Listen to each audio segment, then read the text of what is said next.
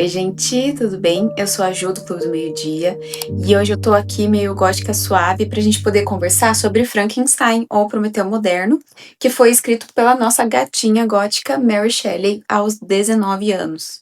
Gente, então, assim como no vídeo de Dom Casmurro, eu vou dividir esse vídeo em algumas partes e vou deixar a minutagem na descrição. Vou começar com uma apresentação, uma sinopse da obra e uma breve contextualização da autora. Depois vamos discutir mais a história, os temas da história mesmo. Vou falar um pouquinho dessa edição que eu li, que é a da Penguin e Companhia. E por último, eu vou conversar um pouco sobre duas adaptações para o cinema que eu assisti depois de ler, tá? Então, indo para uma sinopse breve da história, aqui a gente vai acompanhar o Victor Frankenstein narrando a sua história para o Capitão Walton. Então ele vai encontrar esse capitão numa circunstância meio inesperada ali.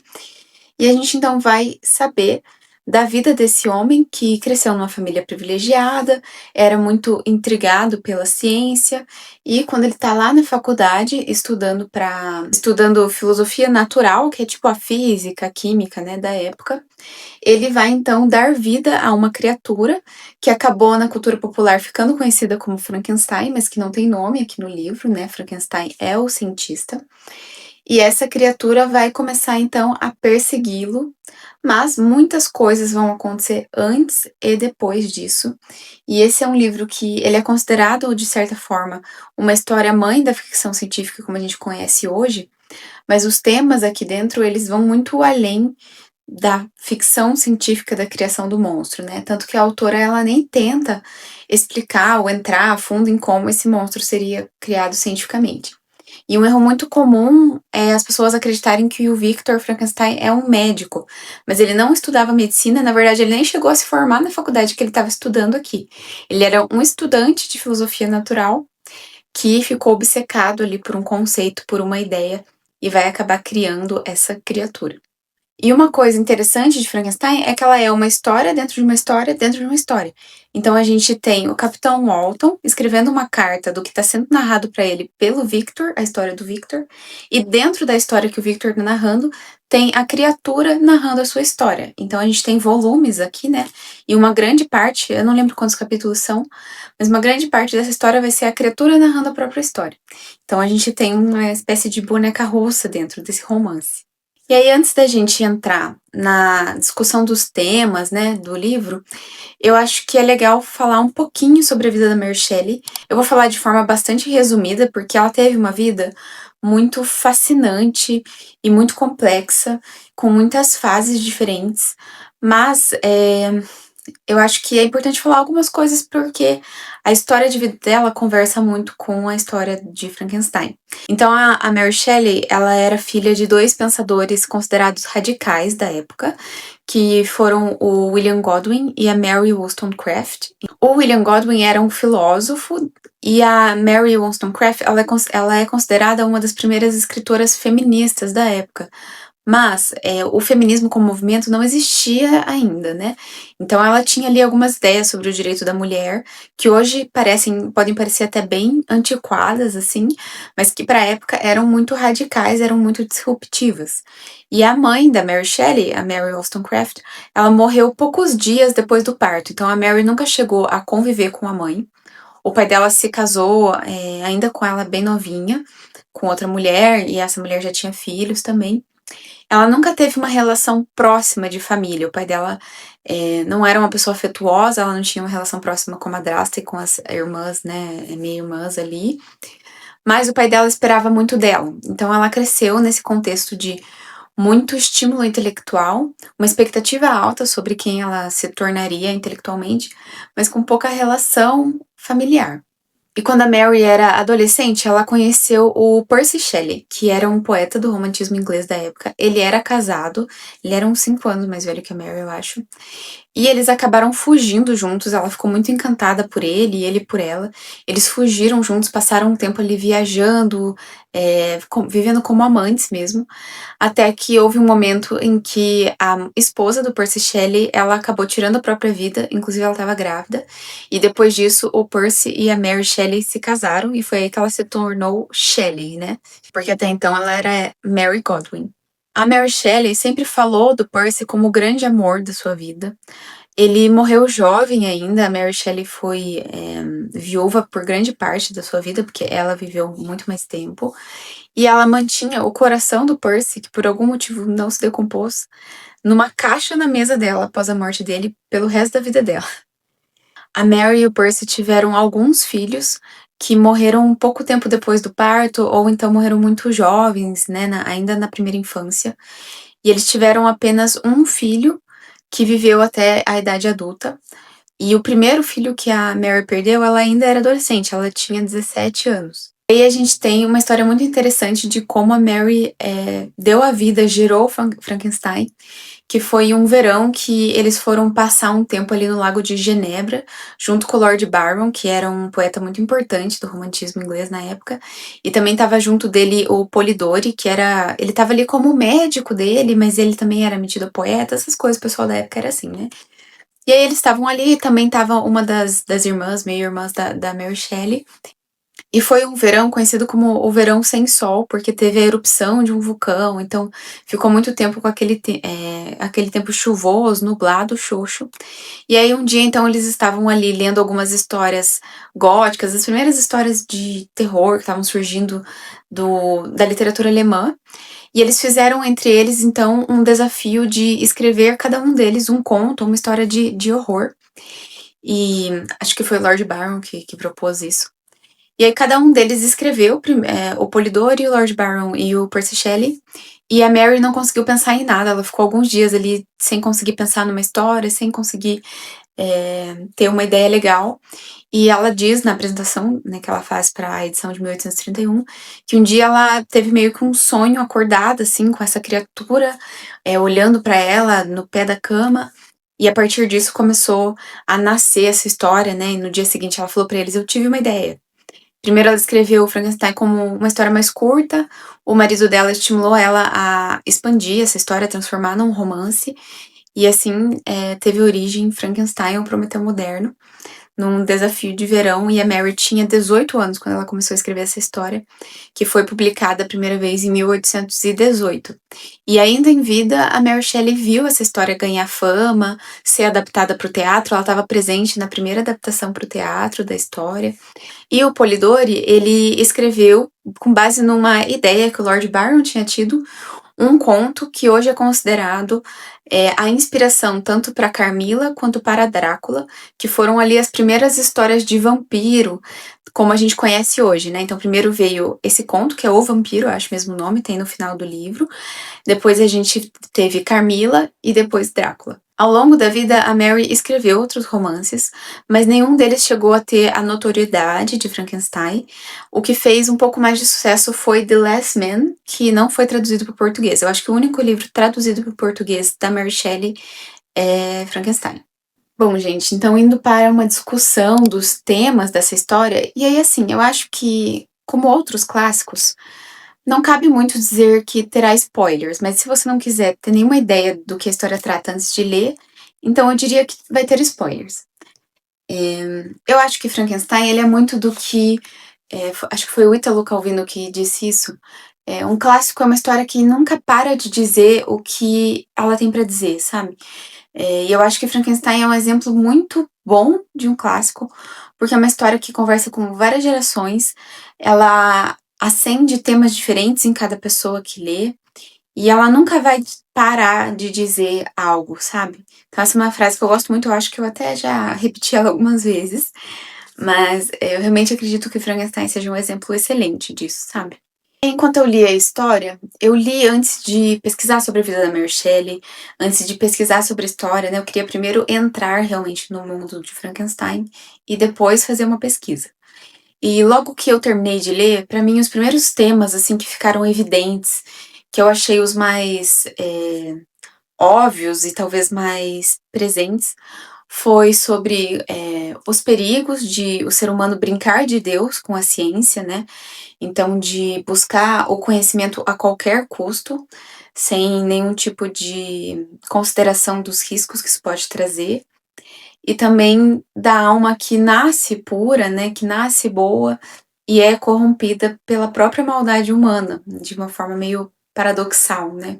Um tema que tange tudo isso o tempo todo na história, né, que tá presente durante toda a história, é o desejo de alguma forma, né. Então, o desejo por muitas coisas diferentes, mas como esse sentimento que pulsa dentro do ser humano, buscando por algo, assim, que eu acho que é muito importante mesmo para a história de Frankenstein. Depois de finalizar o livro, então eu fui dar uma pesquisada, li os textos de apoio, tanto a introdução quanto os textos que tem ao final, e fiquei sabendo que o Victor Frankenstein, ele é considerado, de certa forma, uma paródia do marido da Mary Shelley, o Percy Shelley, e dos homens dessa época de forma geral, que eram homens com grandes ideias de grandeza, né? Homens que se achavam grandes coisas.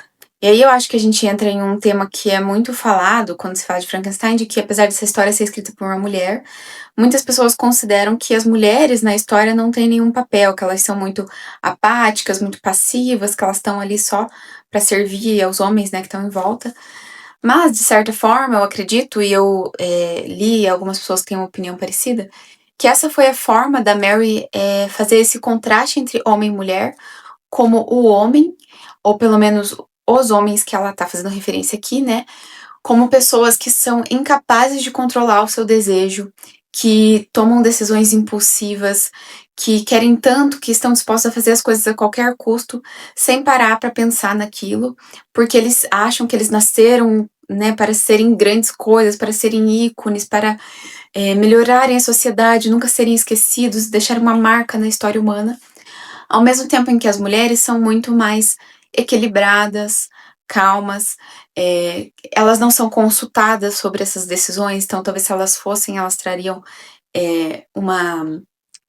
um ponto de vista mais racional, mais razoável. E isso é uma coisa muito radical de se pensar e de se retratar quando você pensa na época em que o livro foi publicado, e principalmente porque até hoje muitas pessoas acreditam que as mulheres são mais emocionais e mais passionais, apesar da maioria dos crimes passionais serem cometidos pelos homens, né? Então, eu acho interessante esse ponto de vista, porque eu também tive um pouco dessa sensação enquanto eu estava lendo, de que, principalmente a Elizabeth, que é a mulher ali mais importante na história, né? Ela tá ali só pra ser o amor, a coisa do Victor, né? Mas quando você pensa que a Mary estava criticando algo do entorno dela, eu acho que faz sentido, sabe? Dentro do que ela era permitida dizer, ela escolher dizer dessa forma, talvez. Também existe espaço aqui pra gente pensar sobre um possível debate de classes sociais. Uma coisa que o meu amigo falou, né, quando eu perguntei pra ele o que ele gostava da história, ele falou que ele gosta muito do contraste entre como a vida do Victor, enquanto ele é criança, adolescente, até ele criar a criatura, é muito maravilhosa, em paisagens bucólicas, naturais, nadando no lago, a mãe é muito boa, o pai é muito bom, ele tem uma prima, né, uma irmã adotiva ali que foi dada pra ele de presente, tipo, tó filho, essa daqui vai ser sua, você vai casar com ela vai dedicar a vida dela pra você, e aí ele vai pra faculdade, estudar o que ele quer, então a vida dele é muito maravilhosa, privilegiada, calma e tranquila e cheia de amor. A família dele é muito amorosa. Enquanto a criatura, ele nasce já sem ninguém e sem nada, né? E ele tem uma vida miserável. Então, assim, ele nasce sem ninguém, ele nunca vai ser amado, ele precisa se ferrar muito para conseguir se alimentar, para ter abrigo, para ter uma roupa. Ele vai ser rejeitado a vida inteira. Não só pelo próprio criador, mas por toda a humanidade, né?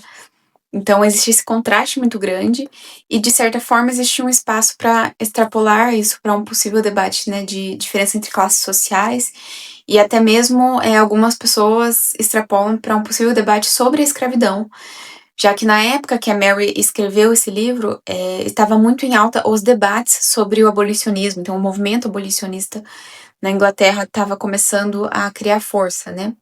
Outro tema que eu acho que é bem evidente, né, é o tema da solidão. E a gente tem aqui dois tipos de solidão, eu sinto, sabe? A solidão da criatura, que é a mais óbvia, que é uma criatura rejeitada, sozinha, que se torna corrompida, que se torna má por tudo que ela sofre. E ao mesmo tempo a gente tem um homem que poderia ter tudo, mas que tem uma solidão auto-infligida. pelos próprios desejos, pela incapacidade de pensar nos outros, de agir. Ele é muito paralisado aqui, né? Ele fica muito paralisado muitas vezes pelo próprio egoísmo e no fim ele fica totalmente sozinho, apesar dele ter tido o potencial para ter uma vida maravilhosa, cheia de amor. E até uma solidão por ele se negar a dar amor àquilo que ele criou. E uma das coisas que eu acho mais lindas nesse livro é as passagens da criatura, né? Da criatura contando a história para o Victor, que ao final ela vai pedir então que Victor dê a ele uma companheira monstro, né? E aí aqui a gente vai ver essa criatura nascer como, de certa forma, um bebê, mas é um cérebro adulto e um cérebro que tem algum tipo de memória já das pessoas que ele foi antes, mas descobrindo o mundo, né? Então, primeiro descobrindo as sensações, o frio, a fome, o medo, a água, né? A chuva, o fogo. Depois ele vai começar a descobrir os sentimentos, né? Então, a afeição, o amor, o ódio, a raiva. E por fim ele vai começar a descobrir as complexidades humanas, as civilizações, as hipocrisias, as religiões, né? Toda essa maluquice humana. Então a gente vê todo esse crescimento dele. Então ele começa com curiosidade, né? O que é isso que tá acontecendo? Quem eu sou? É, que sensação é essa de pegar na grama, de sentir o sol, de sentir fome? O que eu posso comer? O que eu posso tocar? O que é seguro? Depois ele vai para um encantamento, ele se encanta por aquela família francesa, né? Que parece tão bonita a relação entre eles e tantos ideais maravilhosos e as criações bonitas humanas. Depois ele vai se chocar com a humanidade. Como que a humanidade pode ser tão bela e tão ruim ao mesmo tempo, matar tantas pessoas, fazer guerra, ser tão cruel. E por fim ele vai então ser corrompido, né? Então ele vai ter essa alma curiosa, corrompida pela solidão e pela maldade dos outros com ele, e ele vai se entregar completamente a essa corrupção da alma, né? Ele vai se tornar mal de certa forma. De certa forma não, né? Já que ele mata geral por uma decisão consciente, mas como uma consequência daquilo que ele foi exposto e as possibilidades que foram dadas a ele, né? E aí aqui eu sinto que a gente tem muitas relações, e eu não sei se isso foi consciente ou não, né, da Mary Shelley, eu não sei até onde ela queria colocar certas coisas no livro e até onde ela colocou porque isso fazia parte do subconsciente maravilhoso dela, da intuição maravilhosa que ela teve e da educação intelectual maravilhosa que ela teve, né, que acabou fluindo para as páginas. Mas eu vejo muitos espelhos com a vida pessoal dela, assim, então ela criou um pai super amoroso pro Victor, né? Uma família toda ideal, com vários filhos e tal, que é meio que aquilo que ela não teve, né? Algo que ela foi privada, tanto na vida familiar da família originária, né, dela ali, dos pais, quanto da família que ela teve com o Percy depois. Já a gente tem muitas mortes aqui, né, também, então a gente tem alguém que amava muito as pessoas da família, perdendo várias dessas pessoas. Quando a Mary escreveu essa história, ela não tinha perdido tantos bebês ainda, né? Mas ela já tinha perdido um e ela já tinha perdido a mãe. Então ela já tinha contato com essa dor, com esse lugar do luto e de tentar construir algo e não conseguir, né?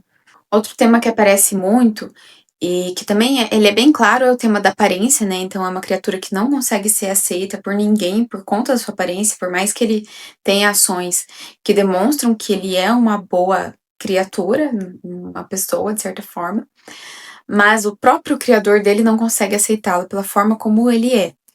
E ao mesmo tempo em que, por exemplo, a Elizabeth é escolhida para ir morar com eles, né, e virar a filha adotiva por conta da aparência dela, que ela tem a aparência loirinha, branca, de olho azul, bem típica, enquanto a Justine, que tem uma aparência mais comum, acaba virando criada.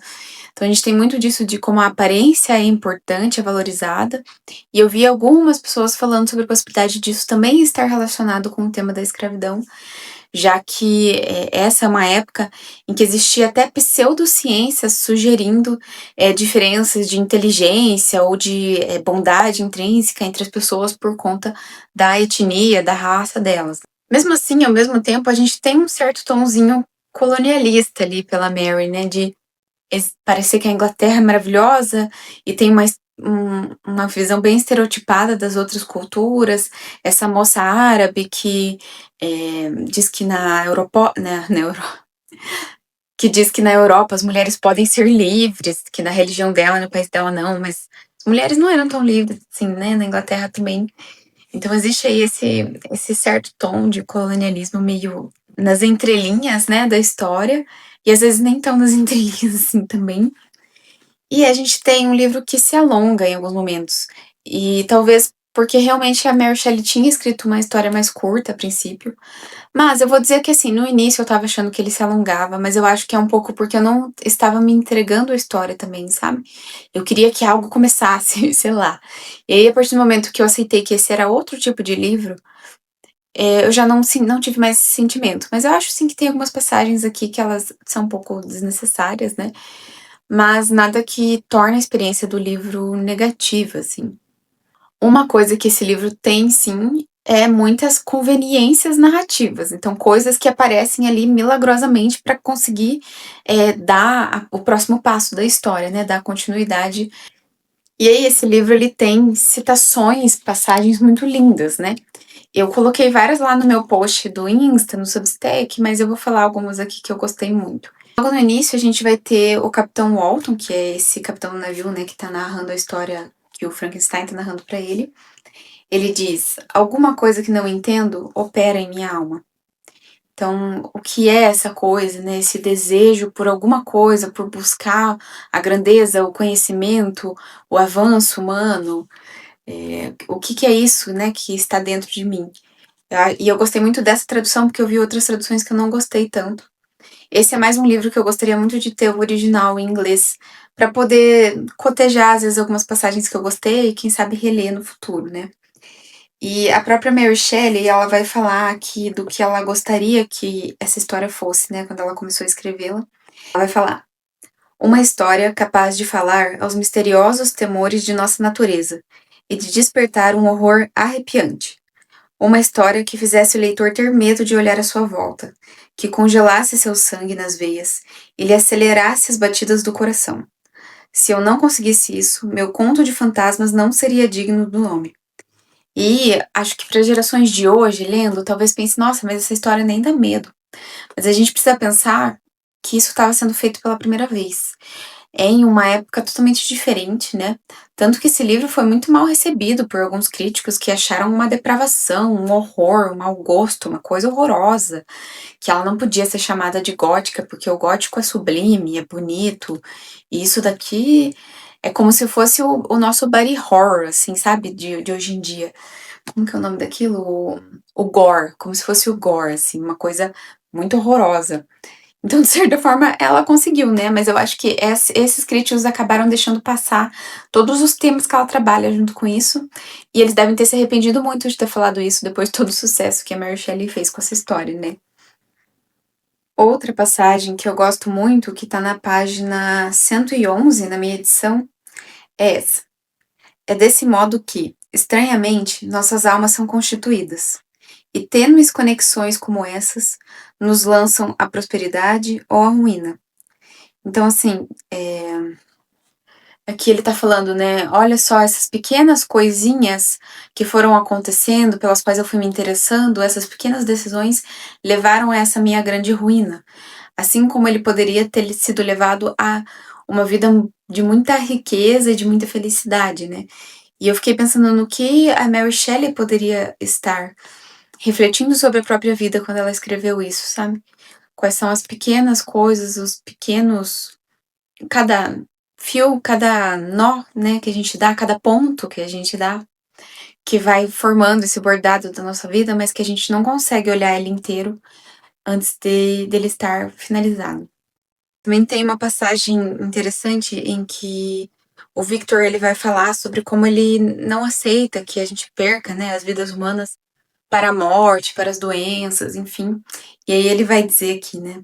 Via o verme tornar-se herdeiro das maravilhas de um olho ou de um cérebro.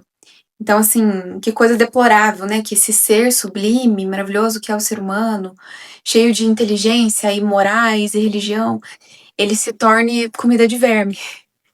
E no fim, é isso que todos nós vamos ser, pelo menos o nosso corpo físico, né? Também tem uma passagem na página 169 aqui, em que ele vai falar sobre a diferença da tristeza de quem é culpado e de quem é inocente, né? Então ele vai falar que a Elizabeth também chorava e estava triste, mas também a dela era a miséria dos inocentes, a qual, como uma nuvem que passa à frente da lua cheia, por um momento pode até encobri-la, mas não mancha seu brilho. Ou seja, quando você sofre por algo que não foi a sua culpa, que você não fez por maldade, é algo que vai e passa, né, como natural, mas a tristeza que ele sente, a culpa que ele sente é algo com a qual ele jamais vai poder fazer as pazes. Mas ao mesmo tempo ele nunca age para resolver esse problema que ele criou, né? Ele é a vítima. Relacionado ao tema, né, do desejo, dos impulsos desses homens que buscam grandeza, na página 183, ele vai falar: se nossos impulsos se restringissem à fome, à sede e ao desejo, talvez fôssemos quase livres. Mas, ao contrário, somos afetados por todo vento que sopra, por toda palavra ou imagem que tal palavra nos evoca. Ou seja, se talvez nossos desejos fossem só aqueles que a criatura tem no início, a fome, a sede, então talvez nós fôssemos capazes de ser livres, mas todos os outros desejos que adentram e habitam a alma humana são eles que nos tornam, no fim, escravos de nós mesmos. Ou pelo menos é assim que eu interpreto essa passagem. E logo depois, na página 185, aliás, eu acho que nem sei se foi o Victor que falou, eu acho que isso é a criatura que fala. Não tenho certeza, gente, vocês me descobrem. Mas eu gosto da passagem. Mas enfim, aí aqui na página 185, tem uma frase bem curtinha que a criatura vai falar. Depois de tudo que ele sofreu, né, ele diz: tenho apreço pela vida, ainda que não passe de um acúmulo de angústias, e a defenderei. E aí eu fiquei pensando, né, em como o querer viver do ser humano quase sempre é mais forte. A nossa natureza animal de querer continuar vivendo, ela é muito mais forte do que sucumbir ao sofrimento. Porque se você for pensar racionalmente, em muitas situações talvez fizesse mais sentido, e aqui como se nós fôssemos simplesmente seres lógicos, tá? Não pensando no valor intrínseco da vida. Mas se fôssemos pensar só logicamente, em algumas situações faria muito mais sentido você simplesmente querer deixar de viver e resolver isso logo, entendeu? Vou parar de sofrer. Mas a vida tem um certo valor, e aí isso pode vir, dependendo de como a gente vê o mundo, da alma ou do gene que quer sobreviver. Mas existe um valor tão intrínseco que não importa o quanto a gente sofra, de forma geral, o ser humano quer continuar vivendo. Ele vai continuar acreditando que existe um valor em continuar vivo e continuar tentando. Que é um tema que também aparece um pouco em em Quarto de Despejo, da Carolina Maria de Jesus. Ali, né, algumas pessoas elas vão sucumbir ao sofrimento e escolher desviver-se, mas muitas mais vão continuar. Apesar de todo o sofrimento, elas vão continuar acreditando que vale a pena continuar tentando.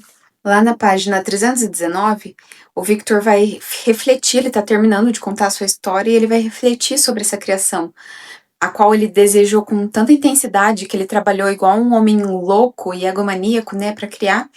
E aí ele vai refletir sobre a criação dessa criatura. Então ele vai dizer: ao refletir sobre a obra que havia concluído, nada menos do que a criação de um animal sensível e racional, não podia considerar-me parte da manada dos inventores comuns. Ou seja, eu sou grande, né? Eu sou o maior. E ele vai continuar. Mas tal constatação, algo cuja aspiração impulsionou o início de minha carreira, agora serve tão somente para rebaixar-me ainda mais a poeira do chão. Todas as minhas especulações e esperanças são como nada, e, como o arcanjo que um dia aspirou à onipotência, acho-me condenado ao inferno eterno. E depois, na página 331, a gente vai ter a criatura refletindo sobre a sua vida e sobre as escolhas que ele fez, né, de se vingar do Victor. Ele vai dizer: quando revejo o aterrador rol de meus pecados, não consigo acreditar que esta seja a mesma criatura cujos pensamentos estiveram, um dia, repletos de sublimes e transcendentes visões de beleza e da majestade da benevolência. Mas assim é. O anjo caído se transforma num demônio maligno. No entanto, até esse inimigo de Deus e dos homens teve amigos e cúmplices em sua desolação. Eu estou sozinho. Então, uma certa reflexão sobre esse tema da corrupção da alma, né, de alguém que nasce bom e acaba, não conseguindo mais nem se reconhecer como quem ele foi um dia. Então, assim, eu acho que é isso, tudo isso que torna Frankenstein uma história que conseguiu, como a Mary Shelley queria, né, citando-a, falar aos misteriosos temores da nossa natureza. Como que uma única história consegue evocar tantas sensações, sentimentos, reflexões, ter tantos possíveis temas, né? Tem vários estudiosos, pessoas que pensam, refletem, propõem possíveis temas que esse livro traz. É, que incrível, né? Ela ter conseguido fazer isso aos 19 anos. Antes da gente conversar um pouco sobre os filmes que eu assisti, eu quero falar rapidamente sobre a edição que eu escolhi para ler, que foi essa da Penguin Companhia. Eu não tenho a menor ideia se tá focado ou não, mas além de ser linda, eu gosto muito das edições da Penguin, porque elas abrem bem, elas são muito confortáveis. O papel tem um tom levemente amarelado, que é bem confortável de ler. O tamanho da fonte eu acho que é ótimo. O tamanho do livro é muito bom, assim, muito confortável para ler. Então, esse aspecto físico da edição é bem legal. Eu confio muito nas traduções da Penguin, então eu achei assim um texto muito maravilhoso, muito tocante de ler. Eu sei que algumas pessoas consideram a tradução da Penguin a melhor tradução de Frankenstein, mas eu não tenho conhecimento técnico aí para julgar, né? Ela tem um texto de apoio bem legal aqui de introdução. Tem uma breve biografia da Mary aqui e depois uma cronologia no final. Também tem os contos que foram escritos pelo Lord Byron e pelo Polidori no final. Tem a introdução da autora, que ela fez para a edição de 1831. Tem o prefácio do Percy Shelley. Então, acho que tudo que foi colocado aqui, junto com as notas de rodapé, são relevantes e acrescentam para a história, sabe? Meu único problema com a Penguin é que as notas de rodapé são no fim do livro. E aí eu acho muito inconveniente você ter que ficar voltando aqui atrás no livro o tempo todo para ler as notas de rodapé, porque elas são relevantes, não é algo que dá para você ler no final, sabe? Então eu prefiro mil vezes quando a nota tá aqui embaixo, mesmo que ela ocupe quase a folha inteira, eu acho muito mais confortável, muito mais intuitivo do que você ficar indo voltando e indo voltando. Então eu gostaria, essa é a única coisa que eu mudaria assim nessa edição. Mas eu gostei muito, eu confesso que eu ainda não li os contos do Polidori e do Lord Byron. E outra coisa legal que essa edição tem, essa é a edição de 1831. Então a Mary Shelley, ela publicou Frankenstein em 1818 e depois, em 1831, ela deu uma editada na história, mudou algumas coisas. Ela diz na introdução que ela não mudou nada assim da essência, mas existe sim uma mudança ali para tornar o Victor um pouco mais o vilão e a criatura um pouco menos, sabe? Ela dá essa mudada ali em algumas coisas, algumas palavras. E essa edição, no final, tem todas as mudanças que foram feitas, né? Comparando a edição de 1818 e de 31. E também tem, no início, um texto falando sobre isso. Tem uma nota ao texto falando sobre essas mudanças que eu achei bem legal, porque ajuda o leitor leigo a entender quais são as mudanças importantes, assim, né? Então, eu achei bem legal. Aqui no Brasil, a maioria das edições são a de 1831, mas a editora Aleph e mais uma editora publicam a de 1818. Então, às vezes, né, se você estiver mais interessado em ler a história original, existe essa possibilidade. Eu gostei de ler a de 1831 porque eu entendo que é o trabalho final, assim, da Mary Shelley em cima dessa história, sabe? Bom, gente, então em relação ao livro em si, é isso que eu tenho pra dizer. Esse é um livro que cada dia que passava, eu pensava mais sobre ele crescia mais dentro de mim, e daí eu fui ler a introdução e comecei a pensar em mais temas, e saiu de um livro que eu gostei para um livro que eu amei, que eu vou querer reler um dia na minha vida, que, sabe, que livro maravilhoso mesmo, sim.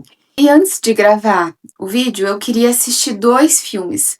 Tem milhares, né, centenas pelo menos, de adaptações para filme, animação, episódio de desenho, de série, reimaginando a história do Frankenstein, da criatura. A criatura acabou se tornando Frankenstein, né, o que eu acho até meio poético, porque acaba sendo o sobrenome do pai dele, né, já que ele acabava sendo filho, de certa forma, do Frankenstein. E a mais famosa, que deu, acho que, mais origem ao que a gente conhece hoje de Frankenstein na cultura pop, É a adaptação de 1931, daquele Frankenstein com parafuso na cabeça, a testona e tal. Mas essa eu ainda não assisti, porque eu acho que eu ainda tô muito envolvida com o livro. E eu talvez não vá gostar por causa disso, sabe? Porque eu sei que é algo totalmente diferente. Foi apenas uma inspiração a história da Mary Shelley, né? Então, eu escolhi não assistir por enquanto. E aí eu fui assistir o Mary Shelley's Frankenstein, que é considerada a adaptação mais fiel ao livro. Mas eu achei horrível. Eu achei muito ruim. Assim, eu acho que ele tenta ser fiel em recriar cenas, recriar passagens, que no final ele caga totalmente pra isso, né, também. Mas eu acho que nessa tentativa de recriar cada passagem, existe uma perda da mensagem, do sentimento da história, assim, de forma completa, sabe? Então se perde a essência de Frankenstein e fica apenas a estrutura, de certa forma. É um Victor Frankenstein muito agressivo aqui, muito ativo, que eu acho que não faz sentido, já que eles queriam ser muito fiéis ao livro. Me incomoda que eles mudaram a relação dele com a Elizabeth, então uma relação muito mais sensual. Eles ficam se chamando de irmãos, sendo que a história já é estranha, porque em 1818 eles eram primos, e na de 1831 ela é uma irmã adotiva, e eles se chamam de primos como um carinho. Nessa época não era tão estranho assim eles casarem, mas ainda assim é um pouco estranho, porque eles são criados como irmãos e tal, então já é estranho. Mas não existe uma relação tão clara de irmãos na história do livro. No filme, eles ficam o tempo todo brincando com isso, sabe? Ai, não somos mais irmão e irmã, somos marido e mulher, não sei o quê. Não entendi essa escolha, muito esquisita. Ai, fica aquele homem sem camisa o tempo todo, sem necessidade nenhuma.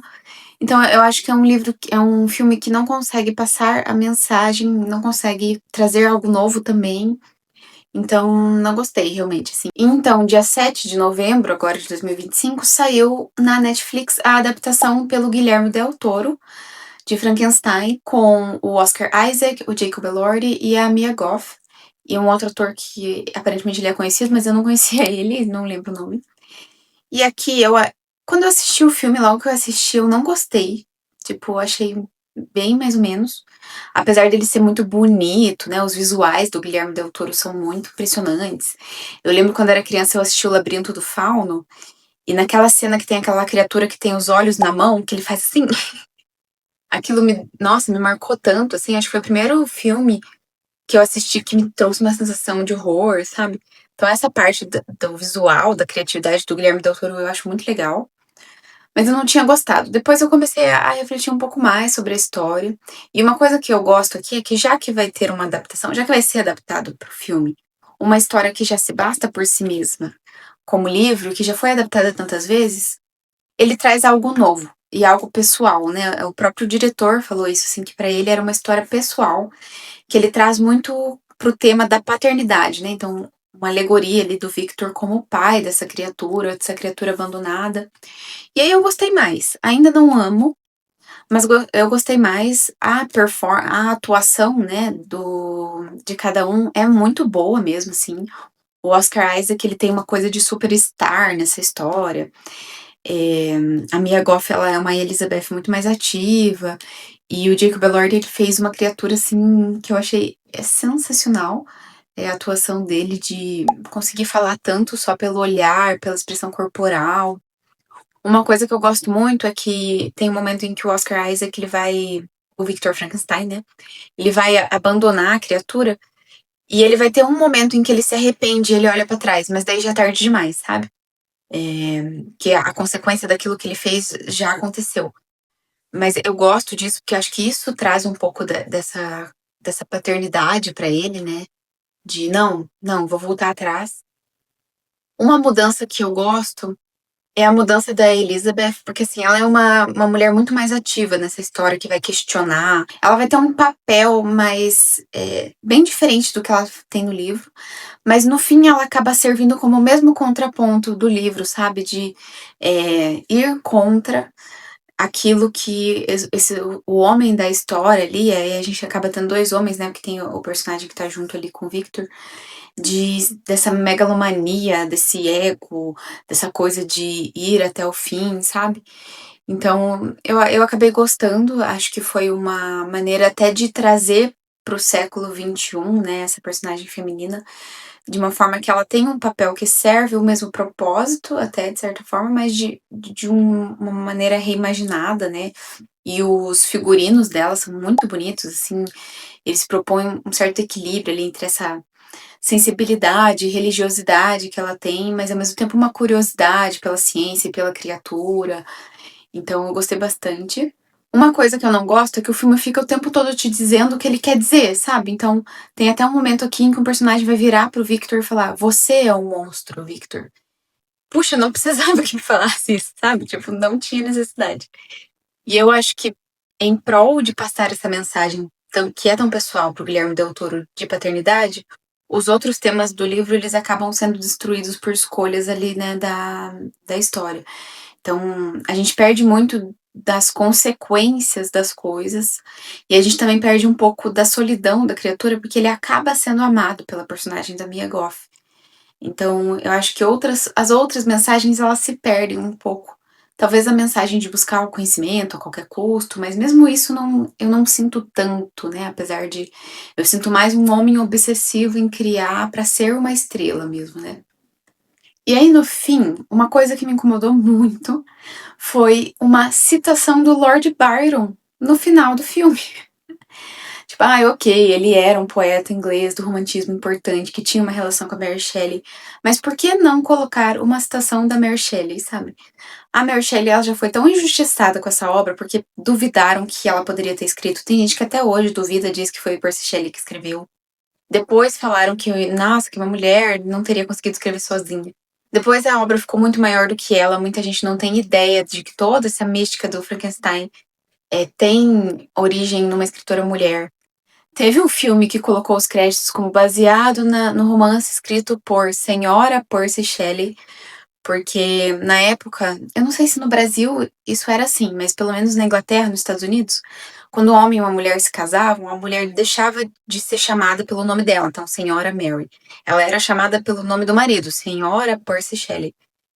O que, então não tá errado eles terem colocado isso no livro, mas mais uma vez apaga, né, o fato de ter sido escrito por uma jovem mulher.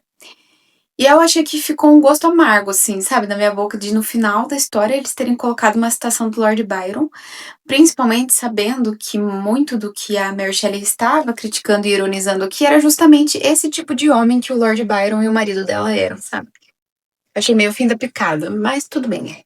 Eu acho que essa é uma adaptação que vale a pena assistir, sabe, que traz algo de novo, de criativo, de pessoal. Mas não é algo, assim, que eu achei magnífico, eu acho que nada se compara a ler o livro mesmo. Não porque nenhum filme, nenhuma adaptação é boa, mas eu acho que nenhuma chega aos pés de causar o que o livro causa, sabe. Bom, gente, então é isso. Espero que vocês tenham gostado dessa conversa sobre Frankenstein. Me contem se tem alguma adaptação que vocês gostam, né, que é a preferida de vocês, se vocês assistiram essa última do Guilherme Del Toro. A minha preferida é o Frank, da Turma do Penadinho, da Turma da Mônica. Eu gosto muito da Turma do Penadinho. Enfim, me sigam lá nas outras redes, que eu tô sempre atualizando as leituras. Os próximos vídeos provavelmente vão ser de dicas de filme e de leituras para o Natal. Eu vou dividir em duas partes, porque eu tenho muitos filmes e livros que ou tenho pra indicar ou que eu quero ler e assistir. Eu também pensei em fazer um vídeo sobre todos os planners que eu já tive, porque eu tenho muitos. Sou meio viciada em planner. E aí, assim, meio que pra ajudar, né? Porque eu tive vários formatos, tamanhos, marcas, pra ajudar a escolher, mas eu não sei se isso é algo que interessaria. Então, se alguém achar que pode ser interessante, coloquem aqui ou no Insta, que aí quem sabe eu gravo, porque eu acho que poderia ser legal. Então é isso, gente. Um beijo e tchau!